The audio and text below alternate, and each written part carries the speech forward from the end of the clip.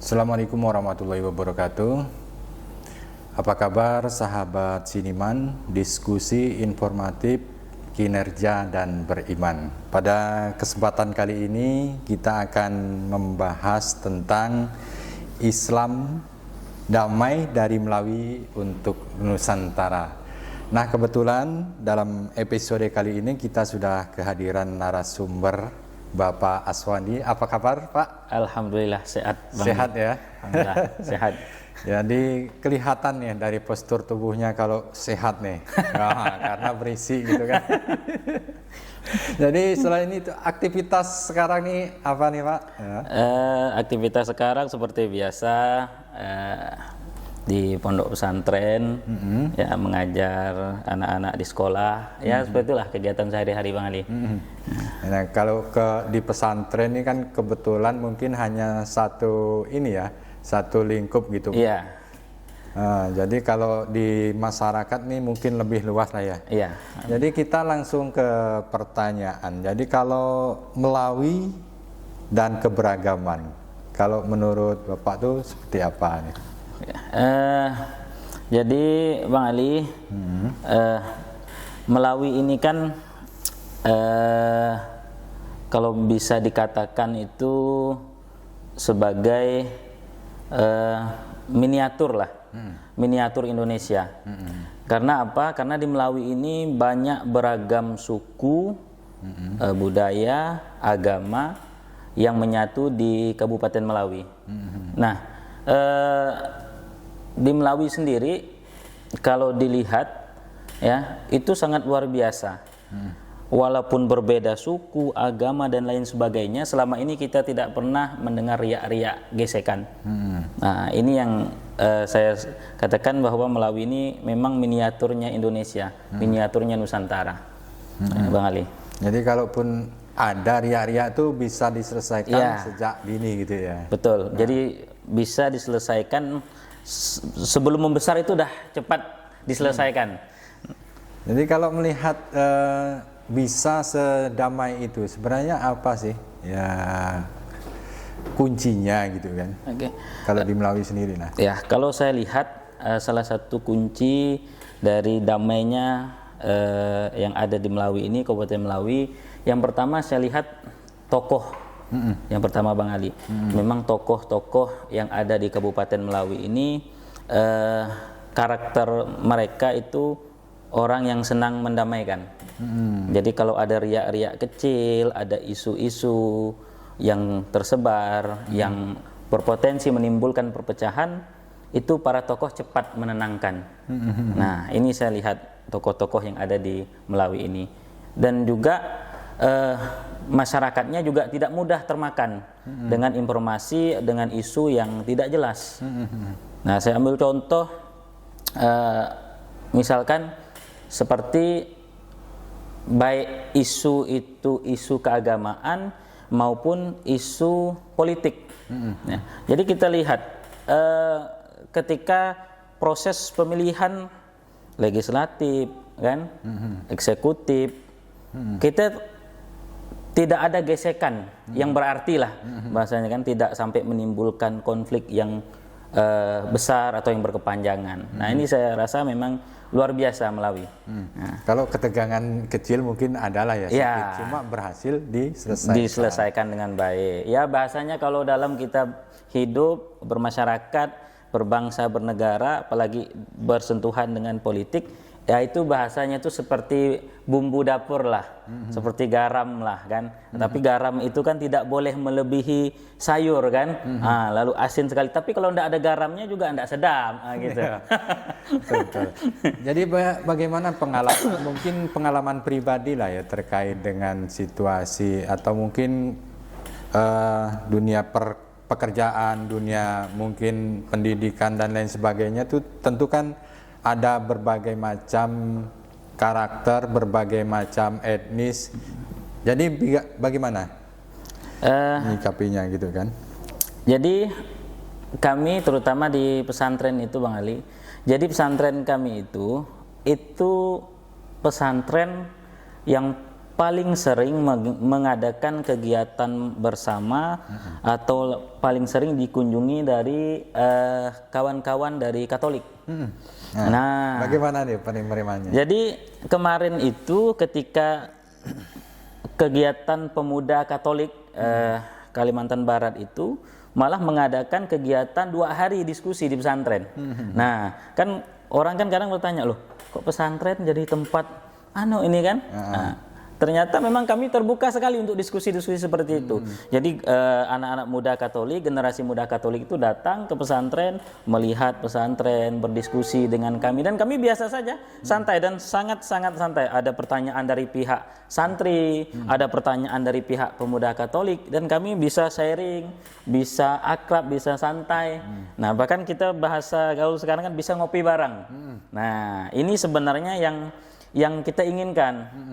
Kita itu kalau melihat agama itu kan, agama itu tidak pernah mengajarkan kepada umatnya untuk saling membenci, untuk saling menyakiti, untuk saling mencela kan. Nah, tetapi terkadang yang kita lihat di permukaan, nah itu kan pembawaan daripada penganut agama. Nah, penganut agama ini yang terkadang perlu kita sadarkan bahwasanya nilai kemanusiaan, nilai keadilan, toleransi itu harus selalu dikedepankan. Nah, itu Bang Ali. Ini pernah juga, ini kan ada ungkapan Gus Dur yang cukup fenomenal menurut saya. Ketika kita berbuat baik, maka orang itu tidak akan bertanya apa agama kita. Betul. Nah, bagaimana konsepnya nih? Ya, jadi memang kalau saya berpandangan seperti ini Bang Ali. Jadi agama itu sesuatu tidak pada posisi, kalau di fisika itu dia tidak pada posisi negatif, tidak pada posisi positif. Nah, dia itu berada di tengah-tengah. Nah, ketika berada di tengah-tengah ini tergantung siapa yang membawanya. Nah, agama itu bisa dianggap jelek mau agama apapun. Contoh, saya ambil contoh. Ketika dulu ISIS itu ingin merebut Suriah, itu kan. Nah, ketika itu sangat jelek sekali pandangan dunia terhadap Islam. Kan? Ketika Al-Qaeda dulu menyerang Amerika, menyerang gedung kembar di Amerika itu kan, itu informasi tentang Islam semuanya yang jelek-jelek, terutama di dunia Barat. Nah, padahal kan itu hanya pembawaan individu tentang agama itu. Nah, individu atau kelompok lah kan. Nah, padahal oknum lah ya. Ya, oknum lah. Padahal agama itu kan dia netral, bahasanya itu netral. Dia itu baik, akan dipandang orang baik tergantung siapa membawa. Akan dipandang dia jelek tergantung siapa membawa. Nah, kalau misalkan saya ambil contoh, kalau di Indonesia ya ada beberapa tokoh ya yang kadang kita lihat, contoh misalkan Pak Quraisy. Orang akan beranggapan agama itu Islam itu lembut kan, santun, damai. Nah, gitu. Ada beberapa tokoh juga orang akan menganggap, waduh, kok keras amat gitu kan. Nah, Islamnya itu radikal. Iya, bahkan ada label-label radikal kan, teroris kan. Nah, itu. Nah, jadi tergantung pada pembawaan. ya. Termasuk agama non-muslim sekalipun. Kalau misalnya orang tersebut baik, maka label pun baik. Nah, contoh, saya ambil contoh misalkan kayak Romo Magnisuseno kan. Nah, saya pun juga sering dulu berdiskusi dengan kawan-kawan kan tentang pemikiran beliau kan. Nah, ternyata memang bagus sekali, luar biasa ya, tentang kemanusiaan dan lain sebagainya. Nah, itu. Jadi kalau menurut Bang Aswandi, Islam damai itu seperti apa gitu kan? Oke.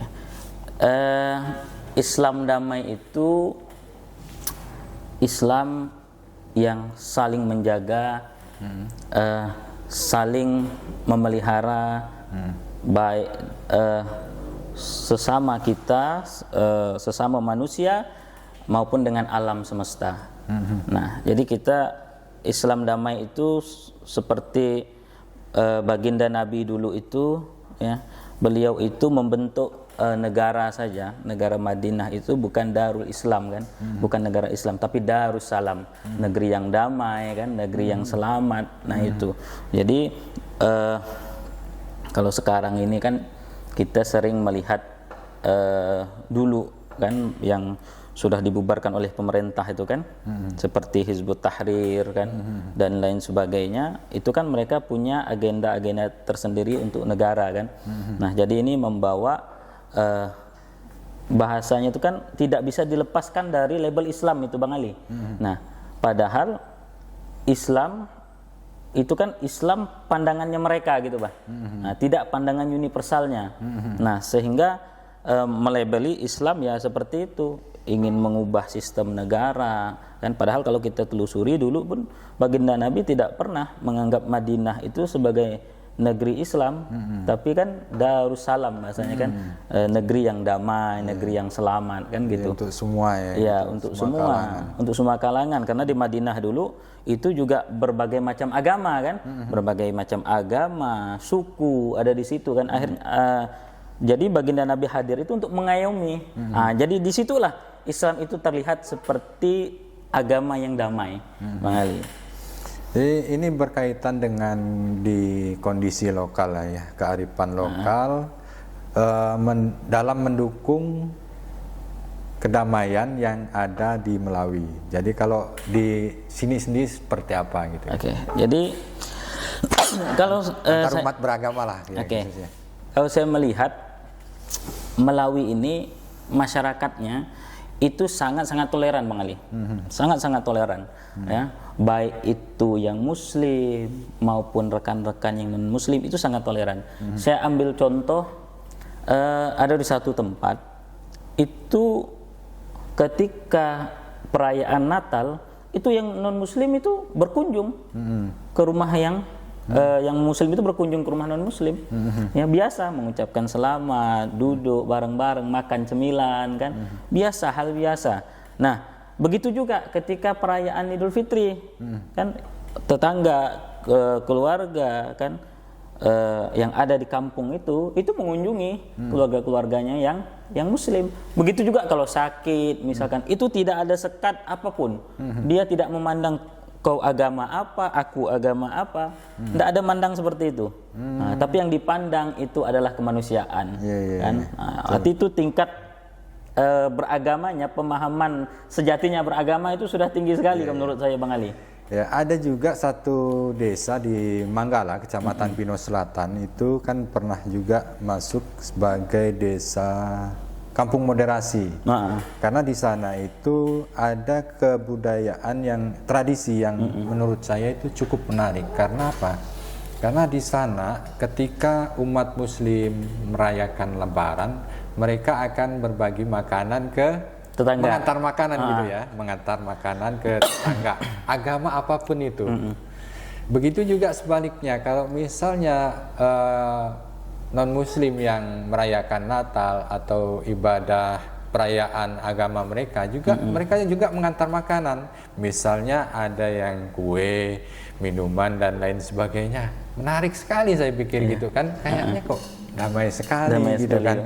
Tapi terkadang ini kan ada beberapa orang yang kita nih apa ya, saklek menerima ini harus seperti ini, hingga disampaikan di media sosial dan akhirnya terjadilah keributan. Nah, kalau menurut Bang Aswandi sendiri gimana nih? Nah, jadi memang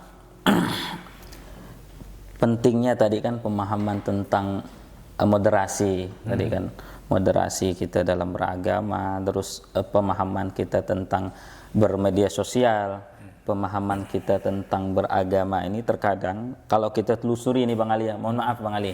Jadi kalau kita telusuri ini, orang yang senang meng-share ya atau menyebarkan ya pemahaman yang hanya dia anggap benar pemahaman dia, ini biasanya kadang prematur.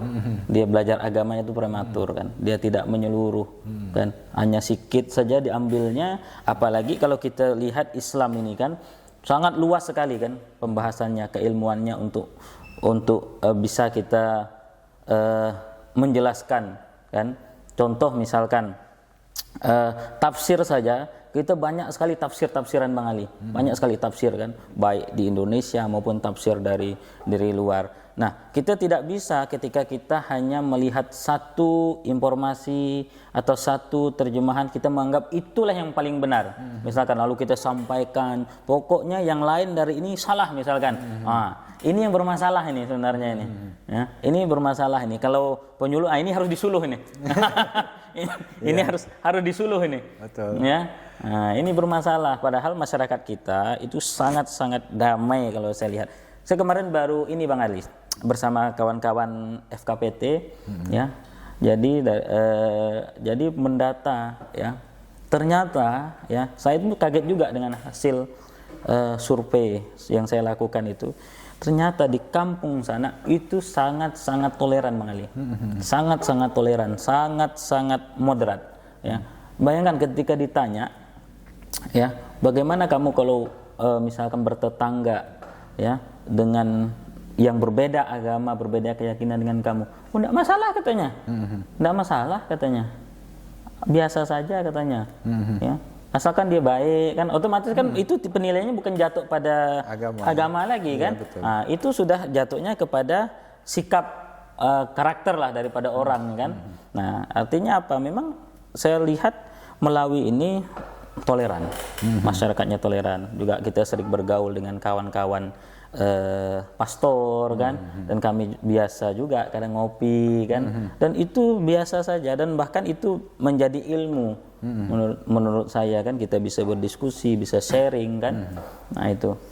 Nah, pengalaman saya juga kalau di kampung halaman saya di Desa Sambora, Kecamatan Tohok, Kabupaten Mempawah, itu kan multi etnis. Di situ ada berbagai macam etnis, ada Jawa, Melayu, Dayak. Kemudian agama juga demikian. Nah, di situ kehidupan sangat tentram sekali karena antara satu dan lainnya itu sangat menghargai gitu kan. Begitu Natal juga saling mengunjungi ya. Saling mengunjungi. Saat Lebaran juga umat yang non Muslim juga mengunjungi. Akan tetapi pada satu peristiwa, nah ini kadang ada sedikit gesekan, tapi memang tidak sampai terjadi konflik, dan itu pengaruh dari luar, dan orang yang ingin memanfaatkan situasi politik untuk kepentingannya, sehingga mereka mengadu domba. Nah ini dia yang akhirnya muncul sedikit gesekan, tapi tidak sampai pecah konflik gitu kan. Bahkan kawan saya saat saya masih remaja juga itu kan dari remaja gereja dan remaja masjid itu mengadakan pementasan gabungan gitu kan, yang membawakan satu cerita masyarakat, dan itu sangat luar biasa sekali gitu kan. Harusnya mengikut seperti itu. Akan tetapi orang di luar ini kadang hanya satu kepentingan mereka. Betul. Akhirnya bisa merusak semuanya kan. Ya. Betul. Kalau pengalaman Bang Aswandi sendiri seperti apa sih ya? Ya. Kawan-kawan non Muslim dan lain sebagainya gitu lah. Jadi sama Bang Ali. Ya sebenarnya yang merusak itu yang pertama faktor politik Bang Ali. Jadi politik ini dia bisa menunggangi agama, menunggangi suku kan. Nah, padahal masyarakat suku maupun agama itu sebenarnya aman-aman saja. Damai-damai saja. Tetapi ketika ada isu politik, dibawalah agama kan, dibawalah suku. Nah, ini yang bermasalah. Ya, akhirnya namanya aktor politik itu dia tidak milih dan dia juga tidak memikirkan, dia tidak mikir, yang dia pikir hanya kepentingan dia. Nah, dia tidak mikir masyarakat ini berkonflikkah di lapangan kan, bermusuhankah di lapangan, dia tidak mikir itu. Yang penting keinginannya tercapai. Nah, nafsu politiknya tersalurkan.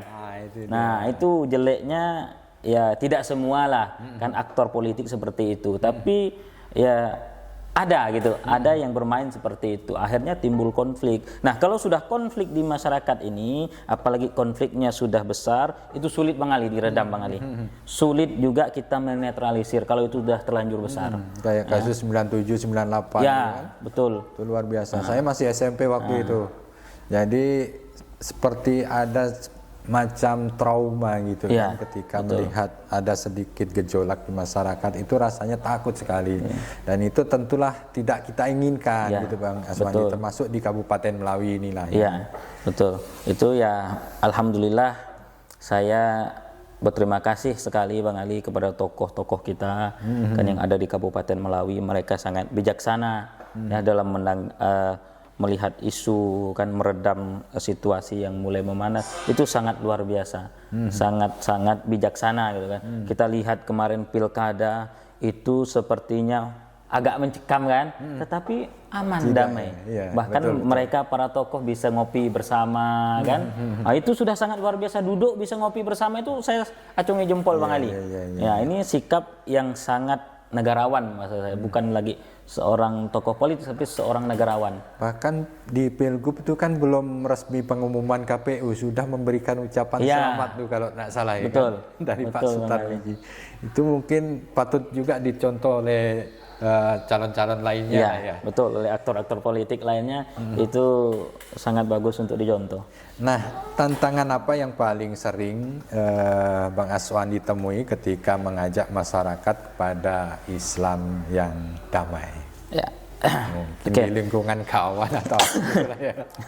Jadi tantangannya itu Bang Ali, yang pertama karena penyebaran media kan, baik teknologi informasi yang sangat masif sekali ya. Terkadang ada orang ini yang senang belajarnya itu dia tidak bisa mengkonfirmasi. Contoh misalkan kalau kita nonton YouTube kita tidak bisa konfirmasi Bang Ali.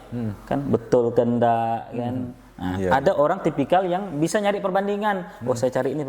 Tapi ada orang yang menelan mentah-mentah. Kan? Saya ambil contoh satu, itu ada seorang ibu ya menyampaikan, dia ini sepertinya mengambil sebuah video, udahlah video ini yang menyampaikan ini juga ya bisa jadi dianggap ya ustadz lah kan, yang menyampaikan ini di video YouTube, dan yang diambilnya juga sepotong. Nah, ini yang bermasalah, lalu di-share kan.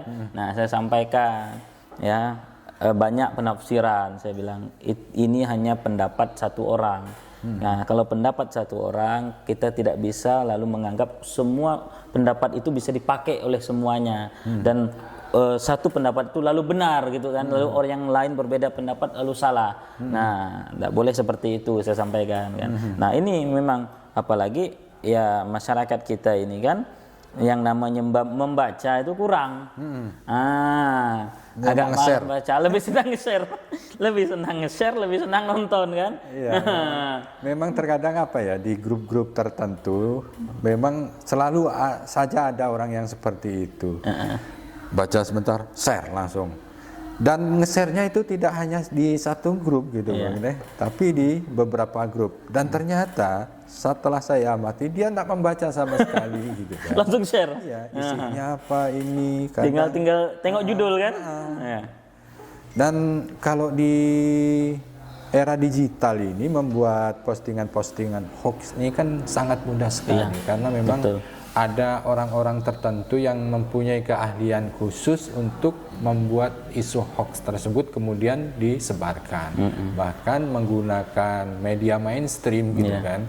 Dan itu kalau orang awam melihatnya itu kan akan menjadi satu kebenaran gitu kan, karena informasi tersebut disampaikan secara masif dan terus-menerus meskipun salah kesannya. Jadi akhirnya lama kelamaan oh benar nih kayaknya gitu kan. Contoh dulu Covid mungkin betul, jadi semua orang itu panik kan, panik dan lain sebagainya ya, betul sih.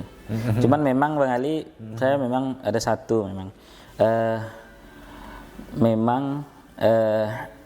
ilmu sangat penting ya, jadi kita itu ya yang kalau orang berilmu itu memahami informasi, memahami sesuatu permasalahan itu berbeda.